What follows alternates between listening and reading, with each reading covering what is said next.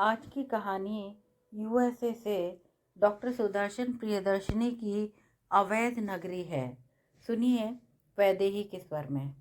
अचानक उसकी दृष्टि स्थिर हो गई। जिस ट्यूब को वह देख रहा था उसमें उसकी चेतना मूर्त होकर पत्थर हो गई। ऐसा कैसे हो सकता है? क्या सच में ऐसा हो सकता है? ये तो जान चुका है वह आज से 30 बरस पहले का जन्मा टेस्ट ट्यूब बेबी है। कितना बड़ा अजूबा था यह तब। आज तो यह आम बात हो गई है, पर मेरे पापा का स्पर्म इस ट्यूब में आज भी ज्यों का त्यों है। कैसे? उसने लेबल को प्रखर रोशनी में रखा और देखा, उस पर लिखा था परिवर्तित। यह एक नया इतिहास अपने पन्ने खोल रहा था। क्षण भर के लिए वह संज्ञा शून्य हो गया। माथे पर पसीने की बूंदें चुआई और चेहरे का रंग भी शायद बदल गया। पर यह सब कैसे हो सकता है? परिवर्तित शब्द से उसके अंदर जैसे सांप रेंगने लगे। वह काम को भूलकर एक बारगी लेबोरेटरी से बाहर निकल गया। चाह रहा था प्रोफेसर निकलसन उसे न देखे, कोई भी न देखे। वह अपने साथ लड़ रहा था। वह बाहर आकर लेबोरेटरी के बरामदे में खड़ा हो गया। यह कैसे हो सकता है? वह अपने आप में कसमसा रहा था। पर शायद आज सब कुछ या कुछ भी हो सकता है इस नई दुनिया में। तुम जिस साइंस के क्षेत्र में काम करते हो, तुमसे बेहतर कौन जा सकता है? Doctor $10,000, engineer $8,000, scientist $9,000, professor $7,000। ये सारे आंकड़े उसकी आंखों के सामने झिलमिलाने लगे। स्वयं उसी के हाथों से ये लेबल लगवाए जाते थे कभी। आज तो यह दर बहुत कम हो गई है। यह एक प्रोफेशन बन गया है। कोई भी बांझ माँ बन सकती है, कोई भी बेऔलाद औलाद वाला। क्या करिश्मा है साइंस का! प्रकृति के पेट में गंडासे घुसेड़ो और जो चाहे निकाल लो। न परंपरा, न धर्म, न पुश्तैनी रक्त, न रिश्ते की पावनता। कुछ भी तो नहीं चाहिए। कहाँ गए वह जायज नाजायज की परिपाटी, पवित्र अपवित्रता के समझौते या वैध अवैध संतान की मान्यताएं? स्कूल में पिता के नाम के बिना दाखिला नहीं, नाजायज गर्भवती का समाज में स्थान नहीं। आज वही किसी का भी स्पर्म खरीद कर वैध माँ बन सकती है। अब उसे किसी वंचना की अपेक्षा नहीं। चाइना ने तो स्पर्म कलेक्टिंग मशीन तक बनाकर उसे इतना सस्ता बना दिया है कि सब पवित्रताएं चुल्लू भर पानी में डूबने चली गई हैं। थोड़ी सी जानकारी डालो, कृत्रिम ढंग से उत्तेजित होकर वीर्य दो और पैसे लो। किस अवैध समाज की संरचना हो रही है? अपनी आंखों के सामने वह यतीम हो गया है। यह मेरे पिता नहीं है तो कौन है मेरा पिता? माँ ने ऐसा क्यों किया? सामने चर्च की बुर्जी पर कबूतर बैठे थे, विलग पर आपस में गुटुरगू करते दिखे। क्या इनके संसार में भी वैध अवैध होता होगा? कोई अपनी संतान को क्या जवाब देगा? क्या कोई मुंह भरकर कह सकेगा तू मेरा बेटा है? हर बार कहते हुए कुछ टूट जाएगा। आज के इस रहस्य के उद्घाटन ने मुझे अवैध और यतीम कर दिया। मेरी पहचान छीन ली, मेरा स्वत्व, मेरा वजूद धराशायी कर दिया है। मैं दुनिया का सबसे अभिशप्त लावारिस हूँ।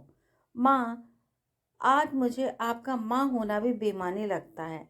मुझे मेरे संस्कार आपको कोसने का अधिकार नहीं देते।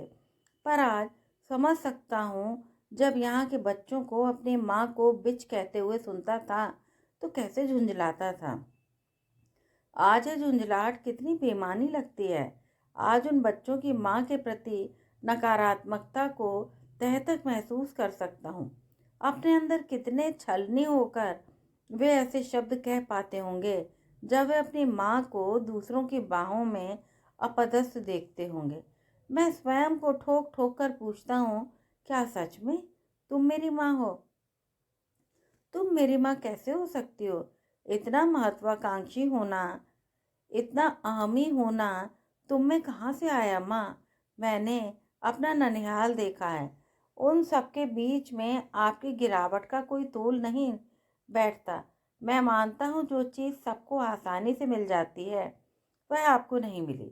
उसे पाने के लिए या कहूँ मुझे पाने के लिए आपको कितनी मानसिक शारीरिक सुरंगों से दो दो हाथ होना पड़ा। अपने मन को भी मारना पड़ा होगा। शायद आपके प्रति पापा की यह बेरुखी के पीछे यही सब हो। यो मुझे मानने में ऐतराज नहीं होना चाहिए कि आप मेरी माँ हो। माँ तो आप हो ही। मैं आप ही के मांस का लोथड़ा हूँ। आपने ही मुझे धारण किया है पूरे 9.5 महीने।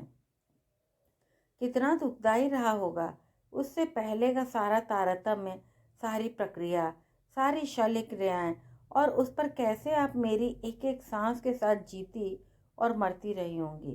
कैसे हर बार अपना अंग अंग विस्तीर्ण करके अलग अलग प्रतिक्रियाओं के लिए अपने आप को उघाड़ती रहूंगी।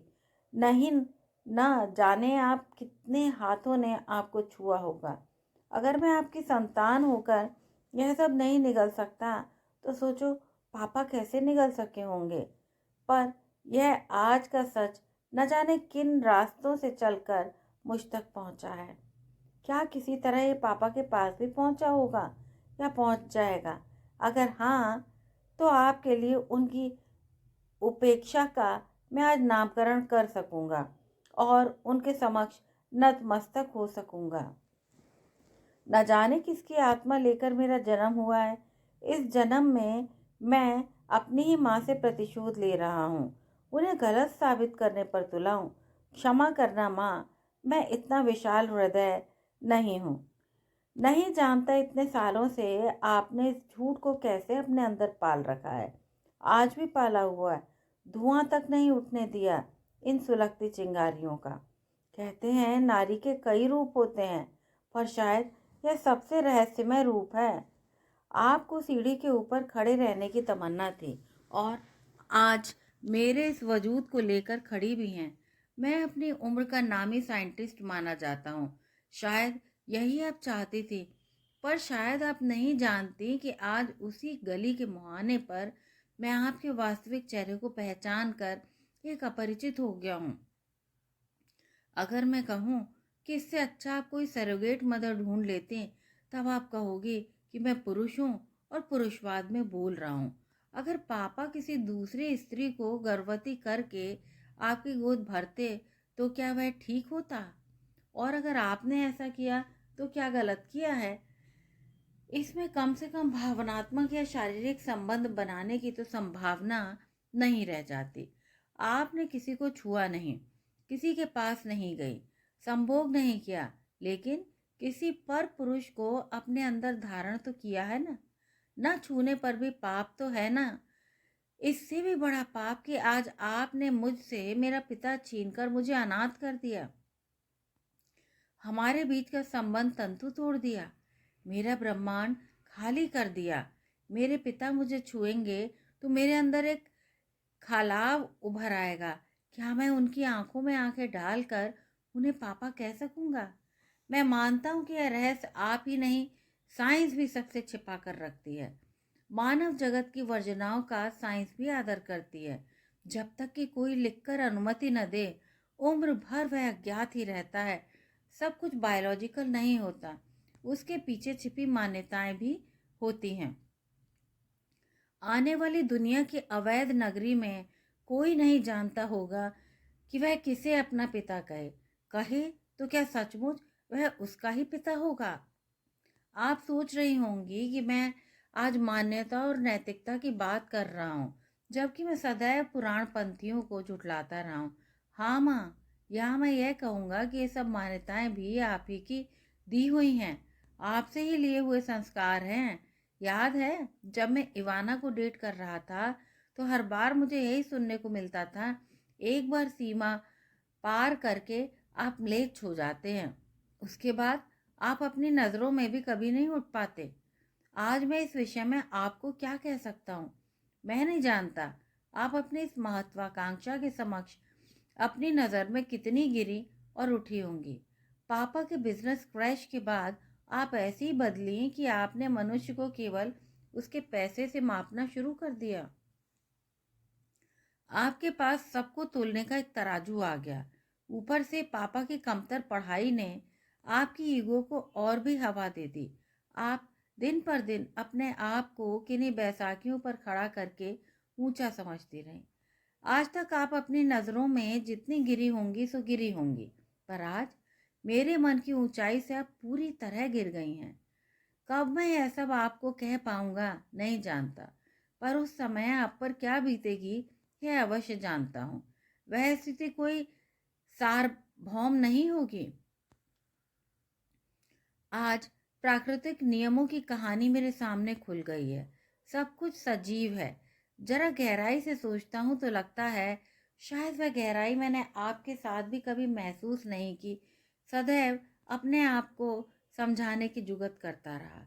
शायद आप दोनों के आपसी रोज रोज के झगड़े, मनमुटाव, भेदभाव, उलाहने ने मेरे हृदय के अंदर एक घृणात्मक तटस्थता और अलगाव भर दिया था। सुना है पापा ने आपको चाहकर ही विवाह किया था, और आप भी तो पापा को चाहती रही होंगी। तो क्या पापा की संपन्नता खो जाने के बाद का प्रभाव है? क्या आप उनकी कमतर पढ़ाई को लेकर और बिजनेस के गिरने को केवल उन्हीं का दोष मानकर उन्हें कोसती रहीं और अपनी नौकरी और पैसे की धौंस देती रहीं? अगर कमाने की बारी आपकी आ गई तो क्या? पहले पापा ही कमाते थे। क्या पापा ने कभी आपको अपदस्थ या जलील किया? क्या उन्होंने आपको कभी भी इस बात का अंदेशा दिया कि आप उनकी कमाई खा रही हैं? यह क्या विरोधाभास है माँ? जब आज स्त्री पूरी तरह से स्वतंत्र है, बराबरी का हक मांगती है, तो पुराने समय को भी अगर ध्यान में रखा जाए तो एक ही जन कमाता था। अगर अब आप ही कमाएं, पैसा लाएं, घर चलाएं तो क्या अंतर पड़ता है? अगर आप घर की मोटी किस्त चुका भी देती हैं तो क्या उसके नीचे आप पापा की और उनके अहम की रोज कब्र खोदती हैं? इसीलिए आप जब मुझे मांग रहे थे और आपको यह नया विकल्प मिला तो आपने झट से उसे ग्रहण कर लिया। यह नहीं कि पापा का स्पर्म काम नहीं कर रहा था। मेरी नज़र से अब कुछ भी छुपा नहीं रहा। एक आध बार असफल ज़रूर हुआ था, पर बाद में बिल्कुल ठीक स्वस्थ हो गया था। फिर आपने क्यों डॉक्टर से सांठ-गांठ कर ली और पैसे देकर उसको मना लिया और स्पर्म की अदला बदली कर दी? कैसे किया होगा यह सब आपने? यह कहकर कि मुझे मेरा बच्चा कम पढ़ा लिखा या निरुत्साही व्यक्ति नहीं चाहिए। मुझे चाहिए जो ऊंचा उठ सके, आकाश छू सके, बहुत बड़ा आदमी बन सके। और एक बहुत ही काबिल डॉक्टर का स्पर्म आपने खरीद लिया। पापा के स्पर्म के बदले और बीज की राशि के अंतर को आपने पैसे से पाट दिया। मालूम नहीं उस समय घर में पैसे की क्या स्थिति थी और वह पैसा आपने कहाँ से जुटाया, क्योंकि जो ट्रीटमेंट आप करवा रही थी उस पर भी बहुत पैसा खर्च हुआ था। आपने वह सब कैसे किया मैं नहीं जानता। हो सकता है आपने अपने गहने भी बेचे हों। यह कोई बड़ी बात नहीं, क्योंकि जितना मैंने आज तक आपको जाना है वह यही है कि आपकी इच्छा से बड़ा कुछ भी नहीं होता। उसकी पूर्ति ही आपके लिए सब कुछ होती है। उसमें रास्ते की कोई भी दीवार आपके लिए ऊंची नहीं रह जाती, चाहे उसके सामने आपका परिवार, समाज या मान सम्मान ही क्यों ना हो। मैं भी क्षेत्र में काम करके जान पाया हूँ कि यह माँ बनने का सिलसिला अतिव्ययी ही नहीं बहुत पीड़ाजनक भी होता है। चाहे आप आईवीएफ वाला रास्ता पकड़ें या आर्टिफिशियल इंसेमिनेशन की राह जाएं। यही नहीं, 2-2 सप्ताह के इंतजार के बाद कई कई बार यह प्रयोग फिर दोहराने पड़ते हैं। कई बार स्त्री अपना मानसिक संतुलन तक खो बैठती है और पति की सहन शक्ति की सीमा टूट जाती है। इसके लिए मैं आपका जितना धन्यवाद करूं कम है। अगर सीधे सीधे आप उस रास्ते पर चली होती तो आज मैं आपके समक्ष नतमस्तक होता। पर इस बीच एक अनैतिक दृष्टि आपने कैसे अपना ली कि पापा ज़्यादा पढ़े नहीं हैं, सफल व्यापारी भी नहीं बन सके, उनका भाग्य सदैव उनकी ओर पीठ मोड़े सोया रहा, उनका बच्चा भी वैसा ही होता। आप ही मुझे सुनाती रही हैं कि ये विविध समय, विविध तरह की आत्माएं होती हैं जो क्षितिज में विचरती अपनी राह ढूंढती हैं और जहां उनका ठीक स्थान होता है वहीं वे जाती हैं। उस समय यह ध्यान नहीं आया आपको कि माता पिता केवल उन आत्माओं के वाहक होते हैं। अनपढ़ का बेटा दुनिया का सबसे बड़ा साइंसदान, डॉक्टर या रिसर्चर बन सकता है, और पढ़े लिखे ऊंचे घर के बच्चे आवारा, अनपढ़ और घोर अधमी निकल सकते हैं। अब मेरे जीन्स जो भी हों, शायद आपकी आकांक्षाओं का पेट भरते हों, किंतु उसके पीछे किए गए कृत्य पर क्या कभी आपको आत्मग्लानि हुई? कभी कभी ये सोच कर मुझे लज्जा आती है कि मैं आपको माँ कहता हूँ। एक रात में यूं ही फट भी पड़ा था, पर आप जिस भौचक दृष्टि से मुझे देख रही थी, मैं वहीं रुक गया। मैं महसूस कर रहा था कि आप जिस जमीन पर खड़ी हैं वह कांप रही है। अब घबराहट में सीढ़ियों के पास सरक आई थी और कसकर रेलिंग को पकड़कर खड़ी हो गई थी। मैंने इतना ही कहा था, आप मुझे जानती भी हैं? क्या कह रहे हो पुरु? शायद मैं आपसे कुछ पूछ रहा हूँ। मैं समझी नहीं। मैं समझाना भी नहीं चाहता इसका उत्तर। आप स्वयं से मांगो। वह हतप्रभ से इधर उधर देखने लगी। उन्हें समझ नहीं आया कि पुरु किस छोर को पकड़ने की कोशिश कर रहा है, पर कोई चीज अंदर ही अंदर उन्हें मथ गई। पर पुरु लौ पुरुष सा निर्मम सीना ताने खड़ा था, जैसे उसे कोई सफाई चाहिए ही चाहिए। पुरु, कहो तो क्या बात है? आज लगा कहीं उसने उनके अंदर की किसी चिंगारी को हवा दे दी। क्या आप समझती हैं कि गर्भ में छिपी बातें सदैव छिपी रहती हैं? नहीं माँ, एक दिन वे पूरे वजूद और आकार के साथ बाहर आती हैं और निडर होकर सामने से वार करती हैं, जैसे आज मैं कर रहा हूँ। मैंने अपने आप से कहा, उसी गर्भ से निकला हुआ सच मैं आपके सामने खड़ा हूँ। साफ साफ कहो ना, क्या कहना चाहते हो? साफ साफ सुन सकेंगी आप? ऐसा झूठ तो मैंने कभी बोला नहीं जिसको सुनने की हिम्मत मैं रखती नहीं। हाँ, बोल नहीं सकती थी, पर अपने अंदर वहन कर सकती थी, वह भी 9 महीने तक, आज तक, बल्कि 28 साल तक।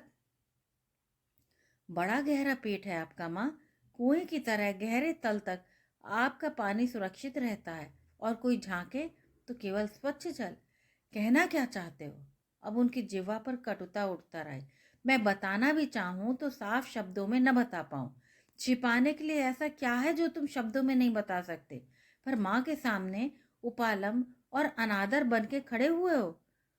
पुरु थोड़ा ढीला और शर्मिंदा हुआ, पर कहीं अंदर डूब कर अपने आप से लड़ने लगा। मुझे पता चल गया है मैं कौन हूँ। शिप्रा का सारा शरीर थर थर कांपने लगा। आप कांप क्यों रही हैं पुरु?